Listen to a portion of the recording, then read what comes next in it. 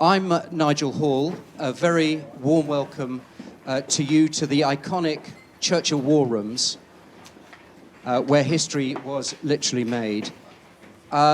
We have a stunning panel behind, and therefore it's with great pleasure that I will immediately hand over to our very own statesman leader and chair of the Churchill Leadership Programme, Lord Robertson, to begin the proceedings. Thank you very much, Nigel, and again, can I welcome people here. It was, I think, your grandfather who once said, "Can you hear me at the back?" And people said, "No, but just carry on." I was asked last year if I would participate in this programme. There was, around that time, some scepticism about the ambition involved in looking at this whole concept of leadership in the light of the 50th anniversary of Churchill's death. But 7 months ago, in these very rooms, we launched the project. And I said at that time that we lived in a very messy, very complicated, increasingly dangerous and yet interconnected world, and that there was never a clearer need, perhaps, to have leadership on our planet. The intervening 7 months have done much to confirm exactly that analysis, and therefore the work that has been done by the panels over that 7 months is not just good and commendable, it is hugely valuable and will in the long term be of great assistance to the generation who have to face the problems today and those of a younger generation who will have to bear the burdens in the futures. We've taken the inspiration of Winston Churchill and the leadership that he showed and displayed, and holding this event in these rooms, I think, is a very clear reminder of what we owe to him at that time. I was going to quote another person, another leader in this regard. John Quincy Adams was the 6th President of the United States of America, and he said, if your actions make others dream more, learn more, do more, and become more, you are a leader. And therefore the whole idea of, in a way, Nigel's idea of contracting out this whole project to a variety of panels was a brilliant one, an inspired one in itself. We've enlisted a whole host of people in the project and in the panels, from all sorts of backgrounds, all sorts of age groups, and we're publishing 16 reports with another one on the way.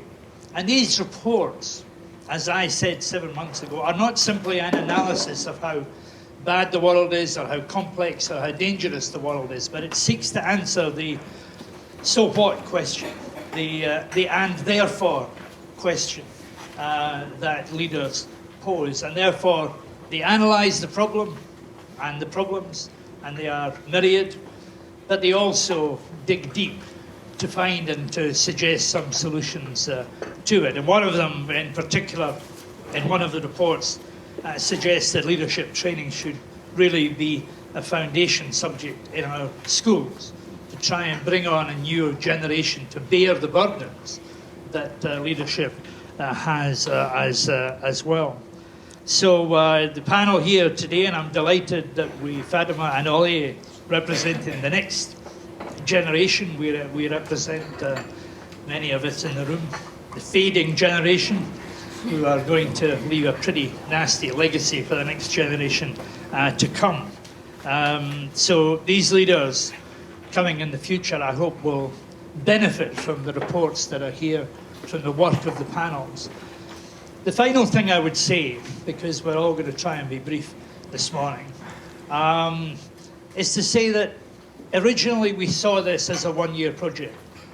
We saw it as a series of panels that would look at subjects, including the one that says Thinking the Unthinkable, and I recommend that very much to you today with others. And we said that would be it. We would have a final big conference at this time, and that would be Churchill's legacy on the 50th anniversary fulfilled. But the more we've gone into the subject, the more we've looked at it, the more the panels have dug deep, the more we've begun to realise that there is actually something more here, and perhaps it needs to continue beyond this year. Having 16 to 18 reports is one thing. We hope they'll be read. But everyone in this room knows only too well what happens to big reports. They lie on shelves unless they are instrumentalised, unless they are taken forward. So I leave that thought with you today, to this audience and to the panels themselves, about how we can actually take it forward, how all of this work can be made the basis for something that is bigger and better. We've proved the need for thoughts of leadership. What we now have to do is to work out how we can actually make sure that we produce leaders of the future, willing and able to take the sobering burdens that are going to be involved in tackling the complicated and dangerous world that we live today. So with that thought in your mind, I now hand over to Rachel Sylvester, who is going to introduce the panel today. Over to you, Rachel. Thank you, George. And thank you.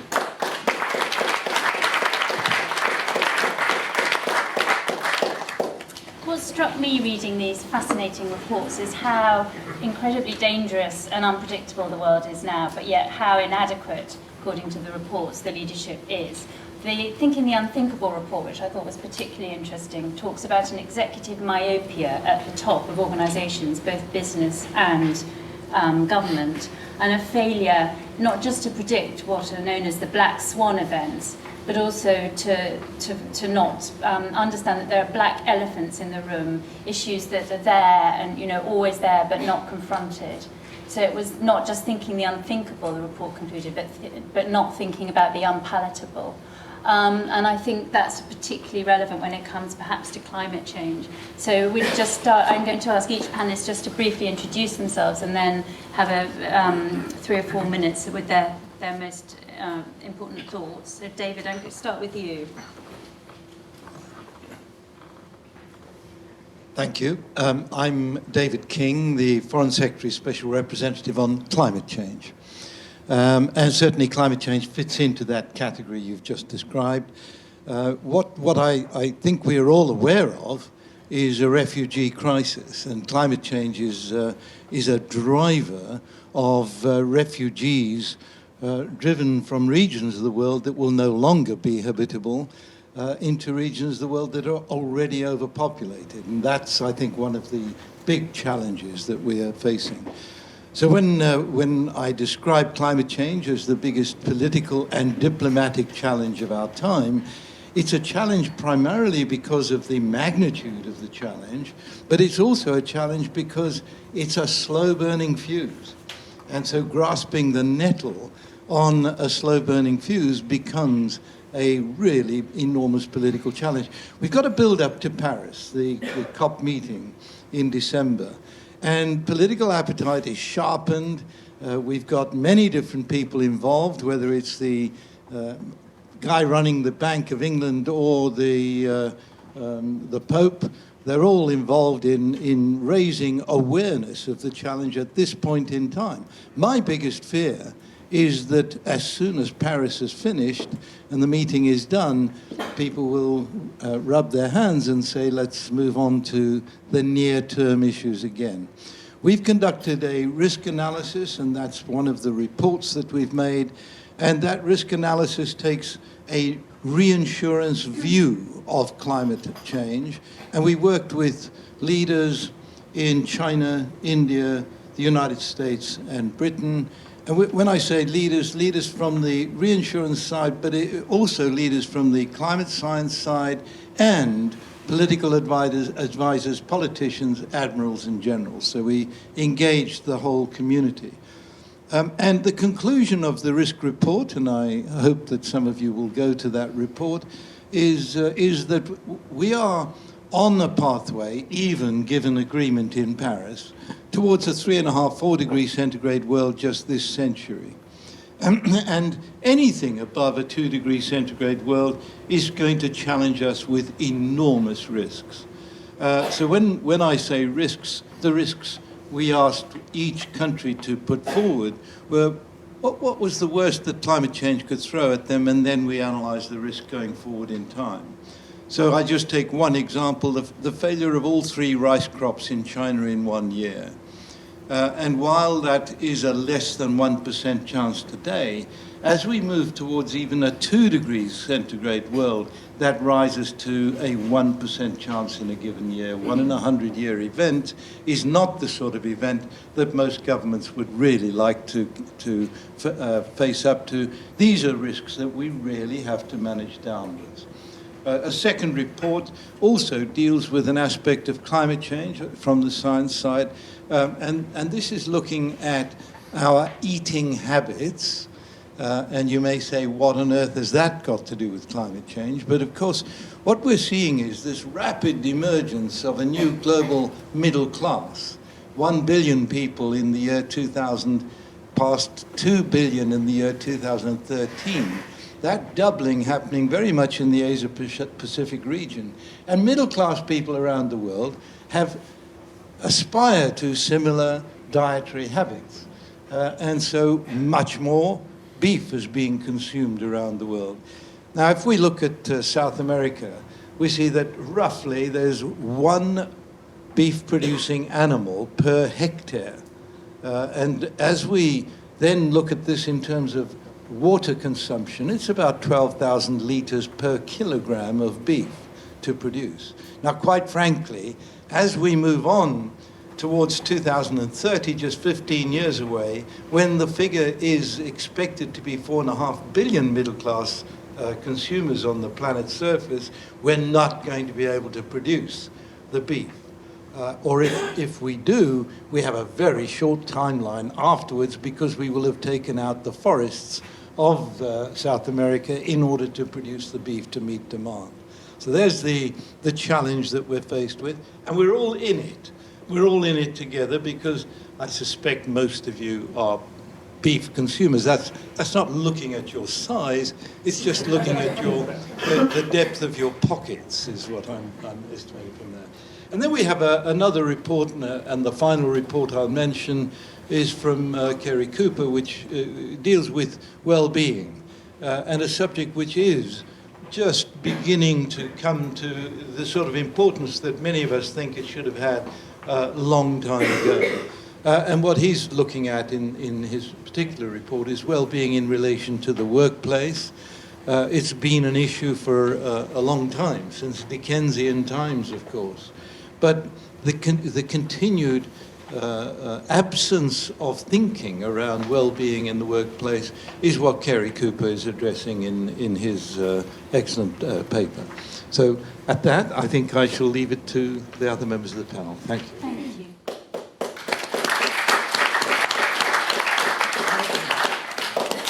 Michael, coming to the defence side, do you feel that the political leadership is there when it comes to defence? Yes, we looked at political leadership in conflict and war, and particularly we started with the intelligence relationship between Britain and the United States. And John Negroponte came to a meeting that we had with the British ex-intelligence chiefs on the 27th of March, and the report arising from that about British-American defence collaboration was drawn up by Jill Bennett, who's sitting over there, and I would recommend that to you. And we were looking at that meeting, particularly at the way in which the different systems, the British and the US system in particular, reacts to information. And, we meet today when Francis Maud's report is being circulated in Whitehall about the culture of Whitehall, and we talked quite a lot about that. Because there is a sense in which Whitehall is very good at coordinating. An awful lot, as people in this room well know, an awful lot of emotional and physical effort goes into coordinating.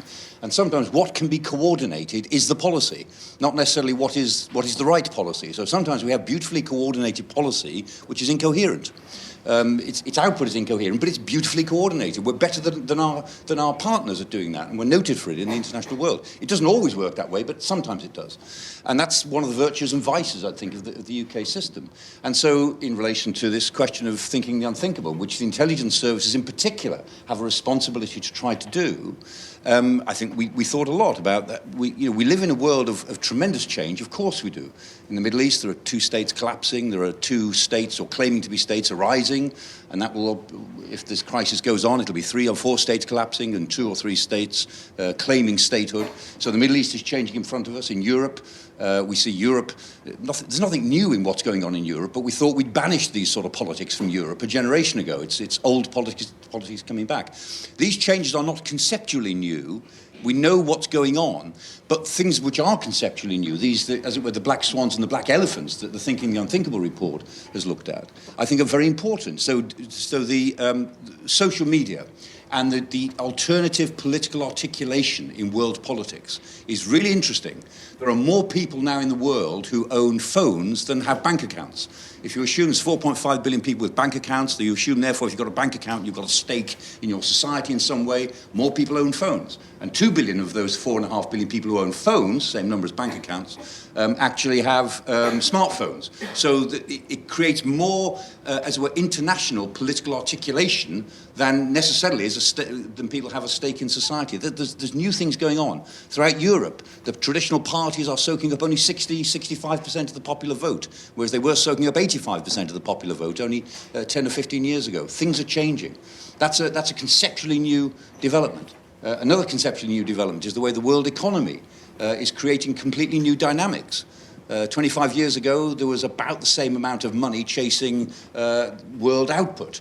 Now, 25 years later, there's about the same amount of world output, but 3 times as much money, core financial assets, chasing about the same amount of output around the world. So there's a third revolution of capitalism going on, which is about finance. It's all about finance. That's conceptually new.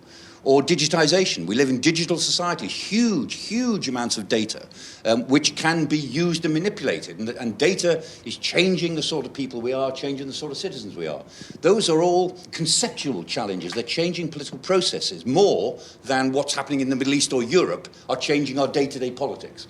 And the task of intelligence services is somehow to keep on top of intelligence in the traditional sense, but also to keep on top of the conceptual challenges. And that's something I think which this project, I think, has tried to outline. And Churchill himself, I mean, he wasn't a great process man, he was an outputs man. He followed processes when he thought he had to, but he was much more concerned with outputs than processes. And somehow we might have got ourselves too locked into processes instead of outputs, and we need to shift the balance towards outputs.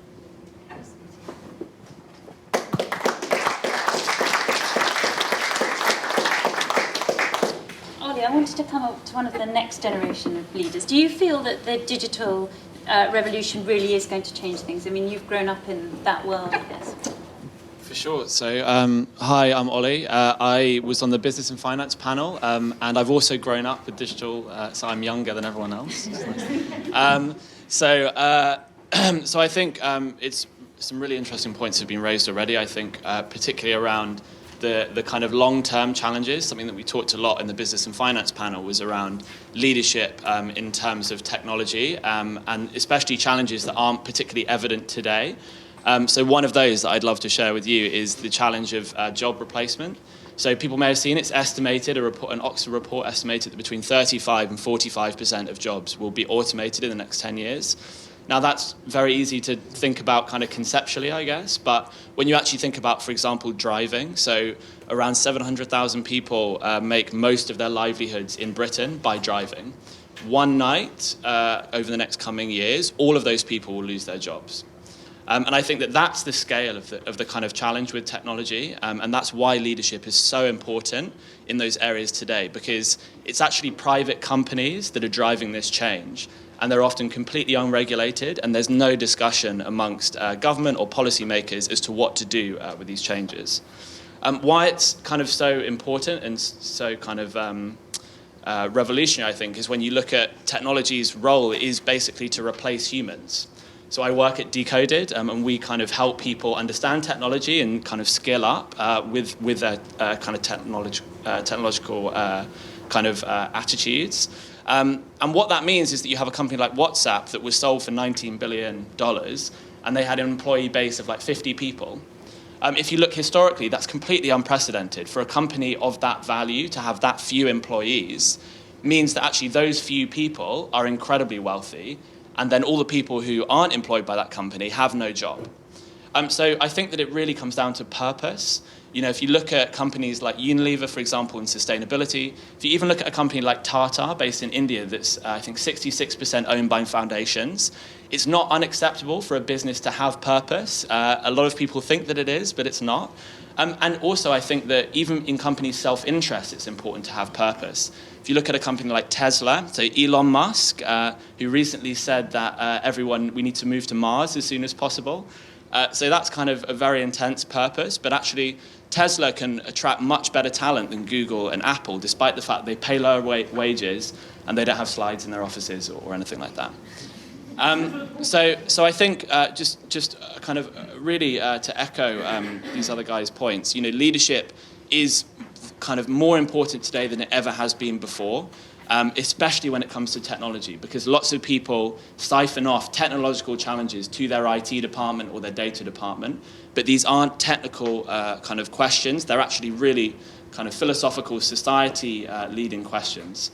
And I'll just leave you with one thought, which is technology companies can do much more than you maybe think they can. So Uber, for example, can predict whether you will have a one-night stand. So that's not a technological question, that's a society question. So that's not something that a developer should be talking about, it's something that all of us should be talking about.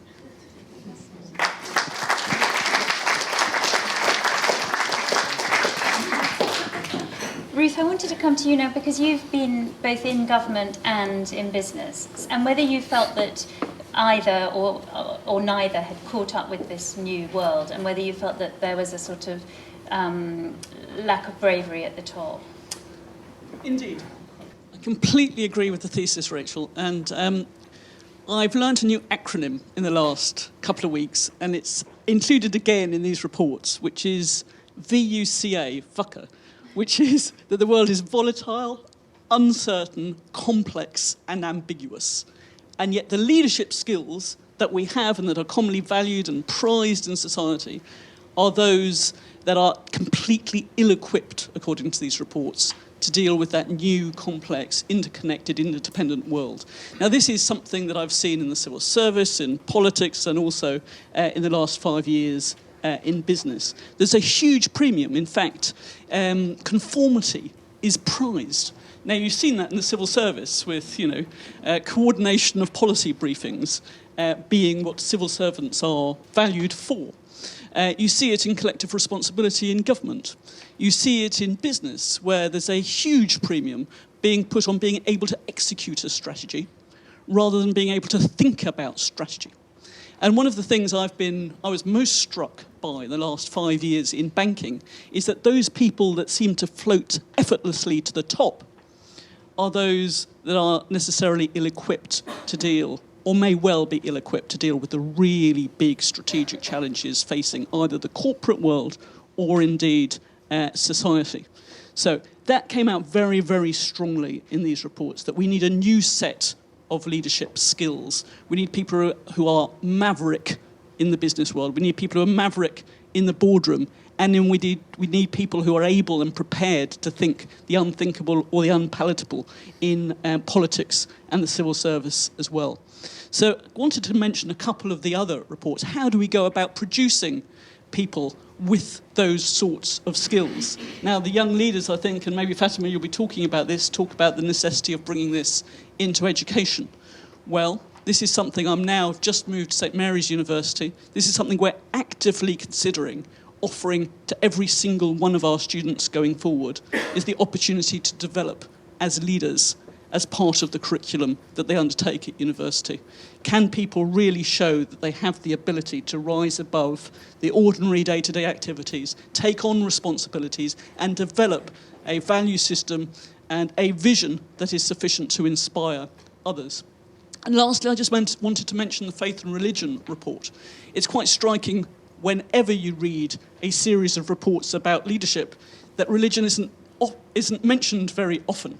And yet people are also asking for individuals to be authentic, to develop visions, to have purpose, to inspire, to be stewards of their own companies or indeed of the broader world. The Faith and Religion report takes this head on and says leaders in government have to develop a new faith literacy.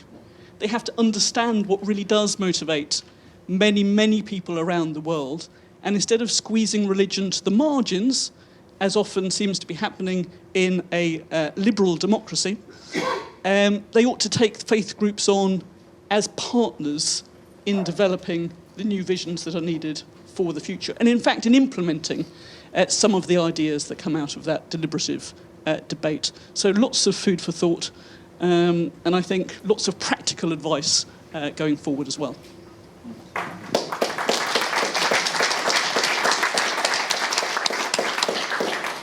Fatima, I wanted to come to you now and ask you how you felt we could encourage this new generation of leaders and what needs to be done differently.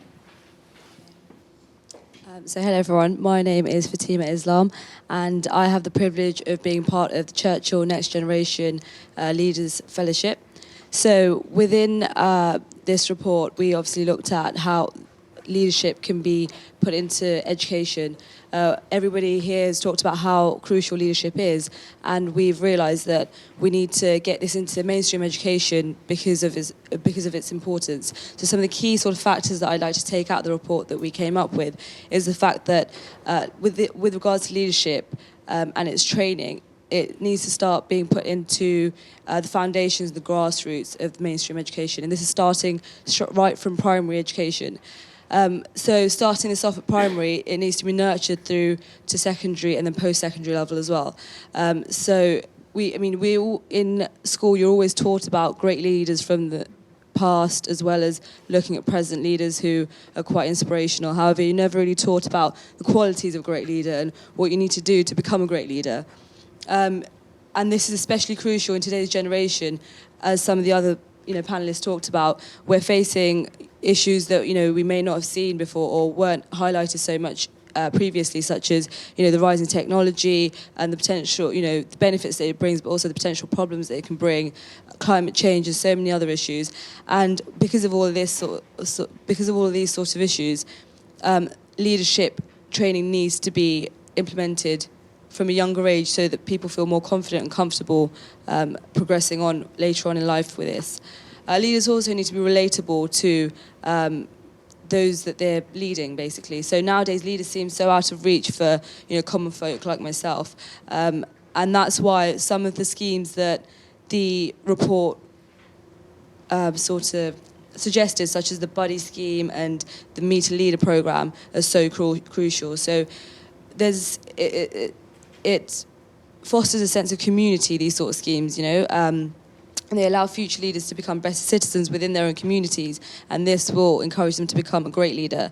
Many of the younger generation have said that they really appreciate things like honesty and transparency in their leaders, and a lot of them feel like they don't see this in some of the leaders, say for example in politics, and because of this they start to feel a sense of hopelessness, and this is often mistaken for apathy within the younger generation, which is often not the case. And also, I think leadership training in the education system needs to empower young people by boosting their confidence and their self-esteem so that they can excel in their chosen area. So the education system that we currently have tends to focus a lot on exam results and the exam culture. However, this means that those individuals that may not flourish in an academic sense won't be given that chance to prosper and flourish, and it's simply not fair. So leadership training shouldn't just be an extracurricular thing that we put on, but it needs to be put into mainstream education so that things like cuts and stuff like that you find in extracurricular activities, in sports, music, things like that, it's not affected. And so that's what the report that we came up with hopefully highlights.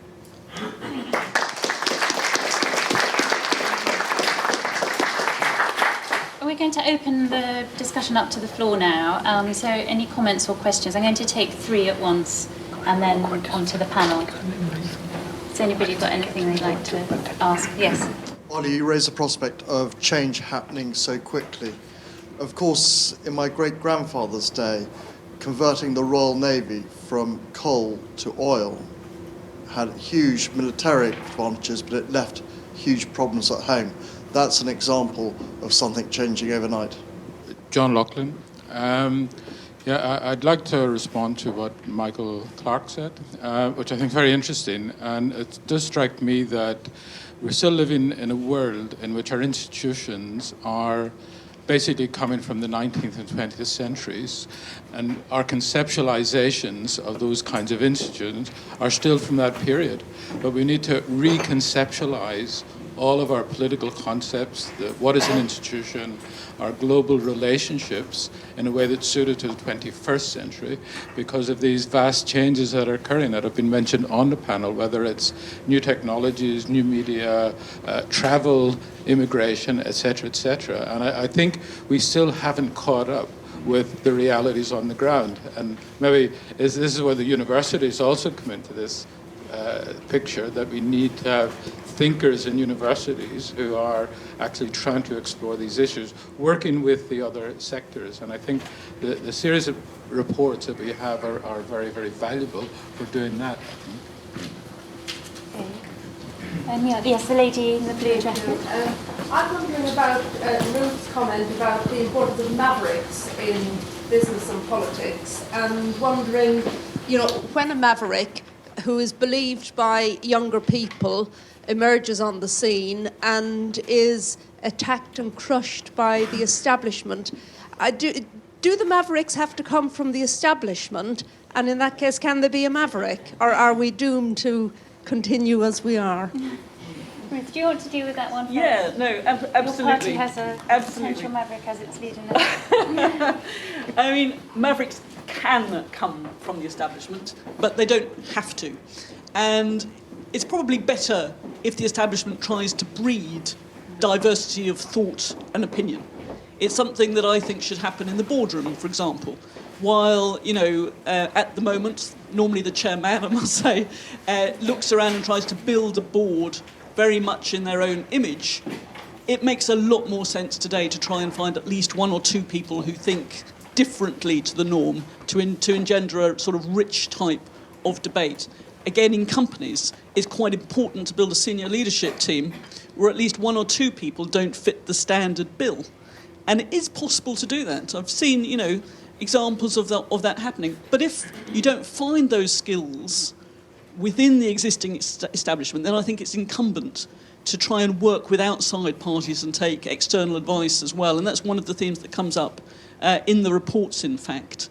It's quite good to have parallel systems of challenge so that you get people sort of confronting the status quo and the absolute accepted wisdom within a company or within the ministry as an alternative point of view. So I think, there are all sorts of ways in which the maverick can be brought in to the debate. Michael, in a way that leads on to the question addressed to you. Do you feel that the institutions are too stuck in their ways, in a way? Yes, the gentleman is absolutely right.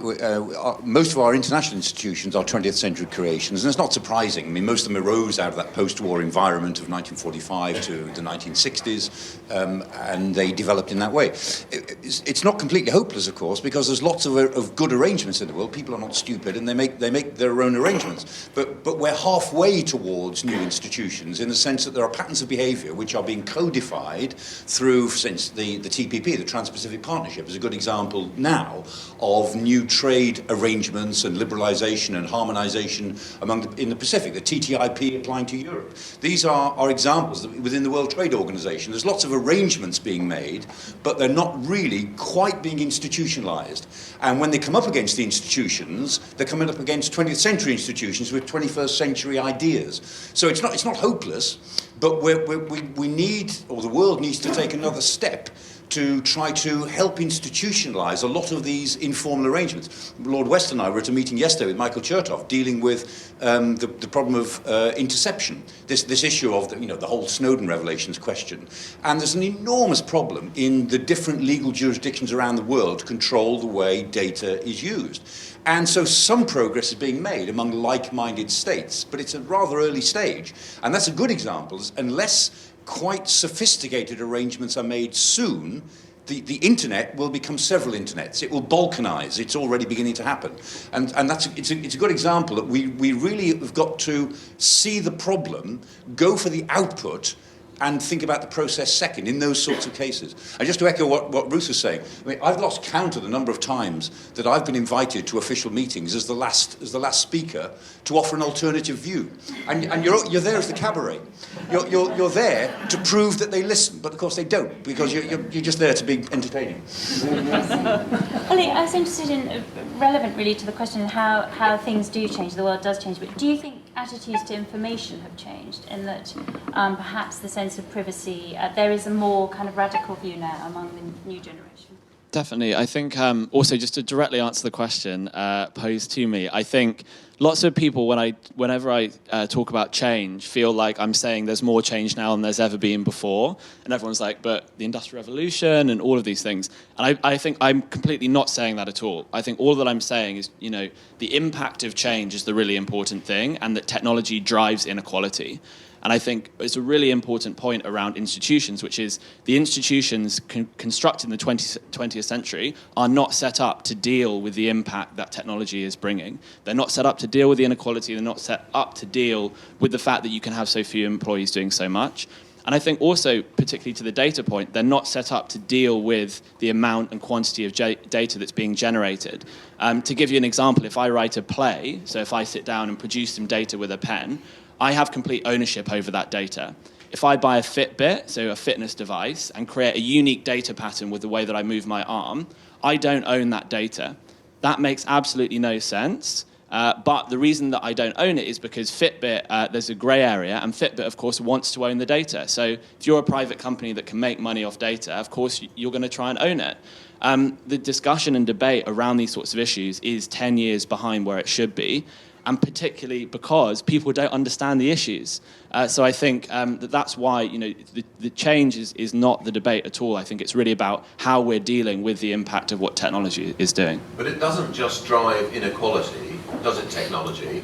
One of the problems is it makes people aware of the differences. I mean, so now, for example, if you're in Thailand, there are 3 times as many smartphones and laptops as there are people.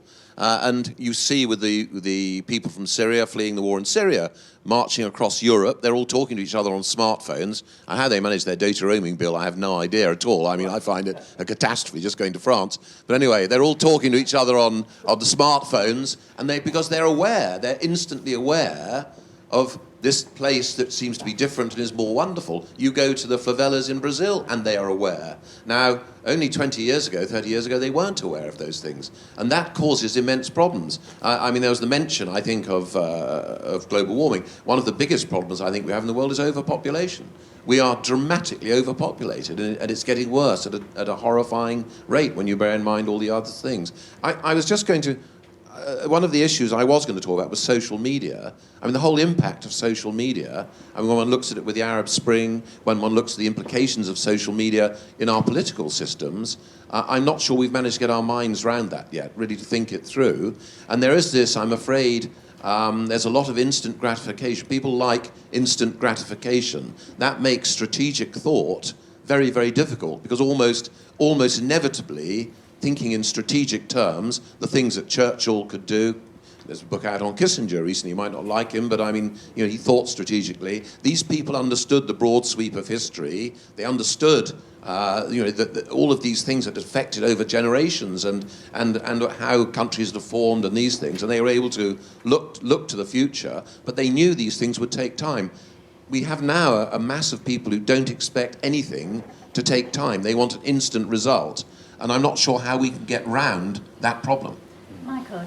Just a comment on that, Lord Russell. You're absolutely right. I mean, my point about social media is that it's creating different sorts of political articulation around the world. And I'll give you just one example. Beppe Grillo in Italy, he is the Russell Brand of Italian politics. Quite literally, he's a comedian. And he has picked up 25% of the popular vote from his bedroom. All right? He doesn't articulate, he doesn't organise in any conventional political way. He just sends out obscene and funny tweets, and with an anti-governmentalism. And essentially, from his bedroom, with obscenity and humour, he's got 25% of the popular vote. I mean, that's why mainstream politics are under real pressure through social media. And unless we can think through the effects of new political articulation, we will wonder why our established institutions are lacking legitimacy. Ruth, do you think that's right, that political parties have just failed to catch up?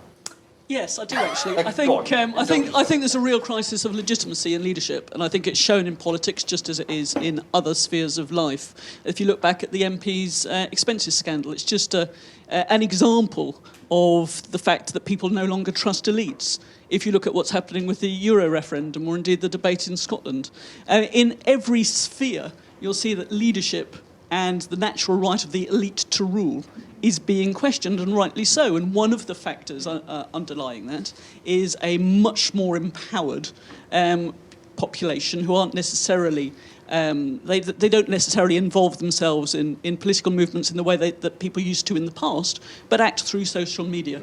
And I think the digital revolution is really changing the nature of debates, and the leadership in general, not just in the political sphere, leadership has not managed to keep pace with those trends or even understand them properly. So yes, what do we do about it? We need to become much more flexible and adaptable, but we don't have, I don't have the answers, and the reports point to some of the answers, but really this is a very, very big question for us. Any more questions? Yes. David Ford, Cambridge. Ruth, you mentioned religion. I wonder, could you give us a vision for religion in relation to education for the 21st century, and whether Michael and anybody else do that, or whether Michael could talk about religion and conflict? Thank you. How distributed is this quality called leadership amongst the population? And would you like to tell me perhaps an idea of who you think is a good leader, perhaps for our world in 10 or 15 years' time? The panel refers to strategy. How about culture in leadership? So much of our experience is that culture eats strategy for breakfast. And what are the determinants for progressive, appropriate culture now? And that's to the whole panel. Thank you. Ruth, do you want to deal with religion and culture are not unrelated? No, absolutely. But let me take the question about education, because in a liberal, secular world, it is often the case that people question whether religion has a real role to play in the education system. Now, personally, and it's the view of the report here, I really, really think it does.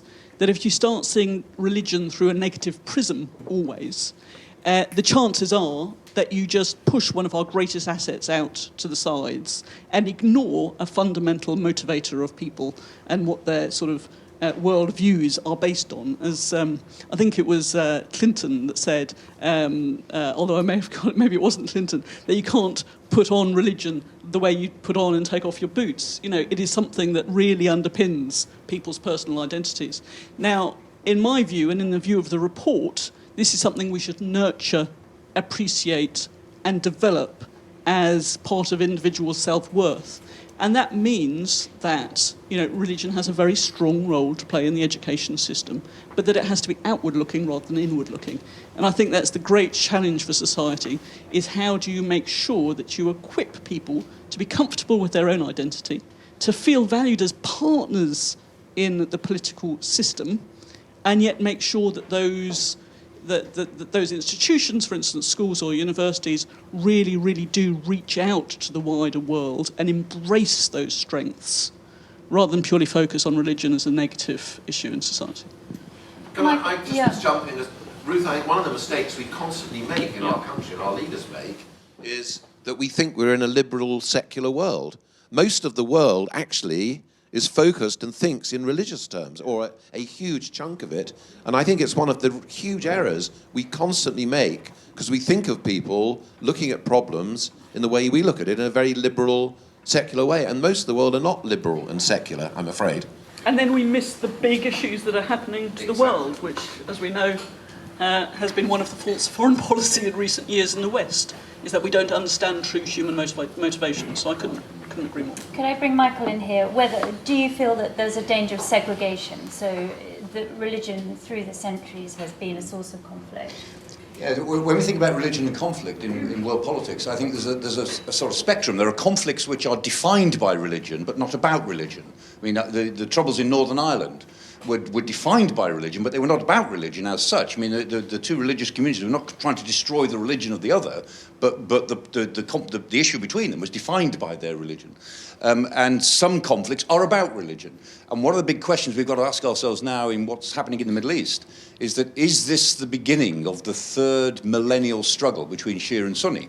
I mean, the first was in the 7th century and the second was in the 13th, 14th century. Is it possible that we will look back at the Iranian Revolution of 1979, which after all was quite a long time ago now, as the beginning of a third millennial struggle about religion in the Middle East? And the answer we give ourselves to that question should guide quite a lot of our policy, because if it is, we shouldn't put our fingers in the mangle. If it is not, if it is defined by religion but about other things arising from the Arab Spring, then there may be all sorts of things that can help our interests and help stability. But the way we define that is really, really important. And so it's very glib to say religion drives conflict in the world. Sometimes religion is used as the way of defining a conflict, and the conflict's about other things. But sometimes, yes, it has driven conflict, and it's really important to understand the difference between the two, or when one might click into becoming the other. You know, when you're going along the spectrum and you click from about defined by religion to about religion. Fatima, I wanted to bring you in about the question about culture. Do you feel that leadership perhaps doesn't always give enough credence to culture, as well as it's all about strategy rather than culture?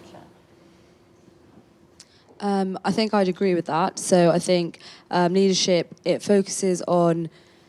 So, for example, culture can sometimes be quite a hard sort of subject to look at for many people. And I think leadership is often, for good leadership, you know, the aspects that are looked at are things that are not necessarily superficial, but for things that can be quite easily defined. However, culture is quite a hard sort of subject to look into and really delve into. And so I think because of that reason, culture and leadership aren't really put together, whereas actually it should be, you know, looked into a lot further, I think, yes. And Olly, shall I come to you about who you think, well, the qualities of leadership, who has it and who's the next? And I also must just answer this point at the front, because I've been like seething for a while. So I think it's a very, very difficult argument to make that people should be kept ignorant and not being able to be given essentially the apparatuses of truth, right? I didn't say they should be kept. No, I agree. I said they now have access. Yeah, so they now have access. So Twitter is a company founded on the belief that everyone should be able to express, have free speech. I think if you look at Twitter as a technology company and as a technology, it's a technology designed to give everyone the ability to share what they think and believe. I think if you gave that tool to people in historical conflicts, for example, in Germany in World War II, it would have been a very different conflict and something very different would have happened, because actually there would have been visibility on things that the state tried to keep secret. So I think that's a really important point to make, that actually what technology is doing is not all negative. It's actually driving a very powerful cultural revolution in the world around truth and kind of freedom of speech. In terms of who I think is a great leader, I think people who embody that. So I think Elon Musk is, for me, the greatest kind of technology leader, because actually he's completely driven by belief. Which is a kind of interesting concept, because even though he kind of has made his fortune in many different companies, he's lost it almost all on these kind of what seem like harebrained schemes where he goes, you know, we want to launch the first, you know, rocket to the kind of commercially funded rocket to the moon. We want to move people to Mars, these kind of bold visions, but they are visions that everyone can kind of come around and debate and believe in. And I think that especially when you consider an issue like, say, artificial intelligence, which I do think actually may have many negative implications, it's people like Elon Musk who are actually saying there should be limitations put into those technologies. And so it's not just that you have these kind of technology leaders who are going, technology is the most amazing thing and it's going to solve all of these problems. They're actually very... their vision sits apart from the technology, which I think is a really important thing as well when it comes to leadership today. Can I just find this in? I do think that something like Twitter in the hands of Goebbels and people like that would have been a very good way of whipping up. We just heard the case of this Italian. It's incredible. You can actually get a huge mass of people following you on a very, very, very flimsy basis. And I think that's one of the real dangers of Twitter. I think it's great giving people lots of knowledge and lots of things, but I do see real problems there, I have to say. And just as a throwaway line on AI, I was quite shocked 2 months ago to see the first computer in Palo Alto, when they switched it off, refused to be switched off and went to an alternative power supply and then went to a battery supply, having not had that in its program. And that worried me slightly, although I know we're a long way away from that, but computers that don't let themselves be switched off really worry me. There is an interesting issue about Twitter as to whether it becomes a series of self-reinforcing cliques. So you see it with the Corbynistas or the cybernats. People here, they have their own views reinforced. So, I mean, do you think there is a danger that actually it isn't encouraging community and democratic debate? It's actually just reinforcing people's prejudice? That can be. I think, well, to use a historic example, I think Goebbels did pretty well without Twitter as well. So, and that's the thing. I think that when you look at the way, even the idea of a retweet is kind of, people often point to say that basically it's people just a giant echo chamber of ignorance, essentially. Which, when you look at a lot of tweets, and we've done it for sentiment analysis, I swear to God that's true, because it's nonsense. 99% of it is nonsense, and actually whether you can truly get value from the data on Twitter is another question entirely. But I think that at least what it does is it allows people to have a view and express that view. And I think that can be for good or for bad, but for me, as a principle, the minute you introduce regulation on freedom of speech, as we've seen historically, there are lots of issues. So there are lots of issues with giving people absolute freedom of speech as well, in that it changes the culture. But I think if you look even at the kind of grassroots movements in politics in the US and the UK, I find it hard to make an argument that that's a completely bad thing, but maybe that's a personal. I wanted to each panel member to think of their leader as requested. Michael, do you want to start? Yeah, okay. I have to say, artificial intelligence, as Lord West said, is no substitute for natural stupidity. Political leadership. Leadership comes in all shapes and sizes in all fields, but political leadership, leadership arises from its culture, it arises from its time and place in history. And one of the things that's often said about successful leadership is that a successful political leader puts into words and symbols what the population half thinks but can't quite articulate.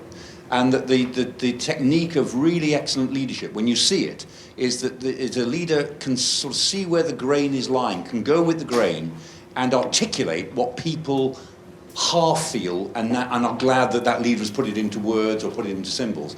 And in political terms, that's both leading and following. You're working with something, taking it to its logical place and spelling that out. And that's good leadership. And that arises through time and place. Who can say who the best leaders are? But in 30 or 40 years' time, I would guess that good political leadership will still have to do that, will still be defined by that. Ruth, do you think that's right? It's the intelligent echo chamber, you could say, as opposed to the unintelligent. Well, it might be an echo of society and culture, but it's also personal integrity, I think, that people follow, and is increasingly important in the digital age and the media age. The person I'd point to of obviously enormous integrity is Aung San Suu Kyi, who caught the political mood of the moment, not because she was trying to catch the mood, because that's because of what she stood for, and communicated that in an incredibly symbolic way. And therefore, through personal vision and her own integrity, managed to create a followership among the population. I mean, it's an incredibly difficult thing to do, but in the right circumstances, those qualities can prevail and flourish. In different circumstances, you need completely different forms of leadership. Yeah. Fatima, do you think that it's an unmodern concept if we've got Twitter and social media, if you like, dispersing the population, the idea of a sort of single strong leader and all those qualities that we associate with that, is that something old-fashioned? I don't think it's necessarily old-fashioned. I think it's just maybe something that we may not see so often nowadays. So, say, for example, I think the person that I'd probably say is a good leader, bit in the spirit of where we are today and things like that, I'd have to go quite cliche and say maybe Sir Winston Churchill. If you look back at him, no matter whether you believe in what he did and things like that, he made some he had his core beliefs and values, and he made some very, very difficult decisions. And the resilience that he showed is truly great. It's personally, I feel that a lot of leaders that we look up to today might not necessarily have been able to have sort of done what he did back then. And so that's why I think that that's the person that I'd say, personally to me, is a good leader, a great leader. I think that's great. I think that's a very good moment to end. Thank you very much. George.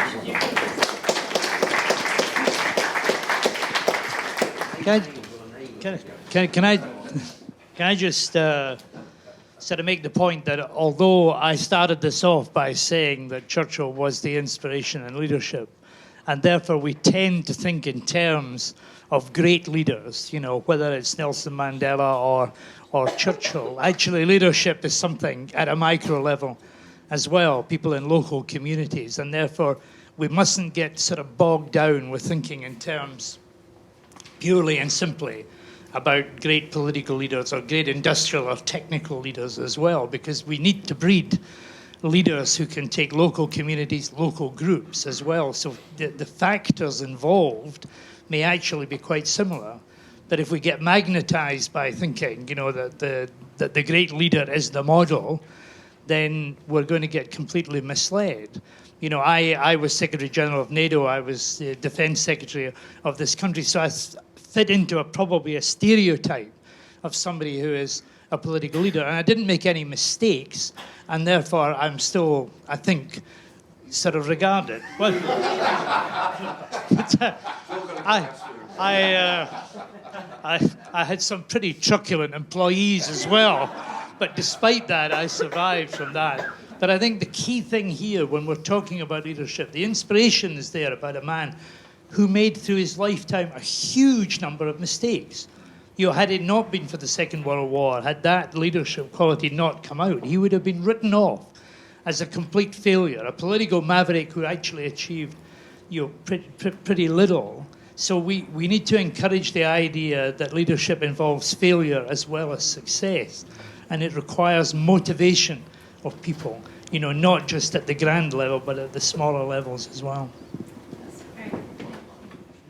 Ladies and gentlemen, I said we'd finish around 9, so could I please wrap up? But first of all, Rachel and panellists, you have spoken very, very powerfully, and you've prompted us, I think, to go and get into some of these reports. And thank you very, very much indeed. And by the way,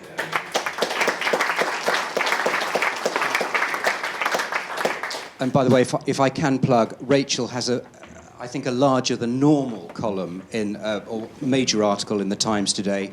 She does reference the programme and particular reports, so you might well like to dive into that.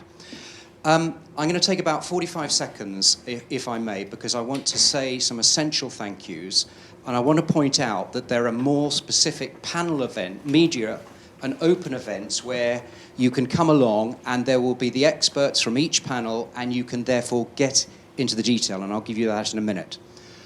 But first, I want to thank the countless organisations and individuals across the programme who have given an amazing amount of their time to produce these reports and many of the panel events. There are quiet heroes sitting in this room and up and down the programme who, in some cases, have literally spent a couple of hundred hours contributing to this programme because they believed that it was doing something that might do what Churchill mentioned there, make this muddled world a slightly better place. And I cannot thank you enough. We have, I call them, and I hope they don't mind, 4 senior champions across the programme. Lord Robertson, Sir David King covering the sciences, Harriet Green, who cannot be here today because she's learning about the Internet of Things and getting to grips with it across the world. Otherwise, she would have been speaking here. And Francis Campbell. And I cannot tell you how much leadership and support that they have given and the effect that that has had. So thank you very much indeed.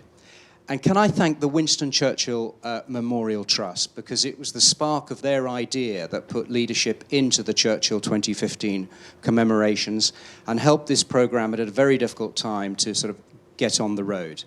They were also financial sponsors, And listed on your agenda sheets today are the other organisations that I wish to honour and thank for their financial support. Without that, none of this would have happened. So what's next? Well, in about 15 minutes after a coffee refresh and a leg stretch, the next generation leaders are going to give us a second panel. Greatly looking forward to that, with Manveen Rana moderating. And then on the 23rd of October, just been confirmed in the Methodist Central Hall, the Faith and Religion panel media event, with the lead speaker being Mary McAleese, former President of Ireland. So, and if Francis Davis is in the room, hand up there. If you'd like to get more details on that event, please go and badger him over coffee. We will then be having, in central London venues, dates to be confirmed, all the science panels media event, the Thinking the Unthinkable event, you'll get more details. See Chris Langdon or Tony Manwaring, they're both sitting next to each other in the second row here, about that media event. And if I'm probably going to forget someone, but LSE, King's College, RUSI, RCDS, British Council dealing with soft power, we're going to have a joint panel event there, and details will follow on that. And I suspect there might be one or two other panels that there's going to be a business and finance one. We're going to wait for Harriet Green to be back in the country before we have that. So before Christmas, there will be a number of other activities going on. So that's it from me. Thank you so much, panel, once again. Thank you all for some great questions, and look forward to seeing you at future events. Many thanks.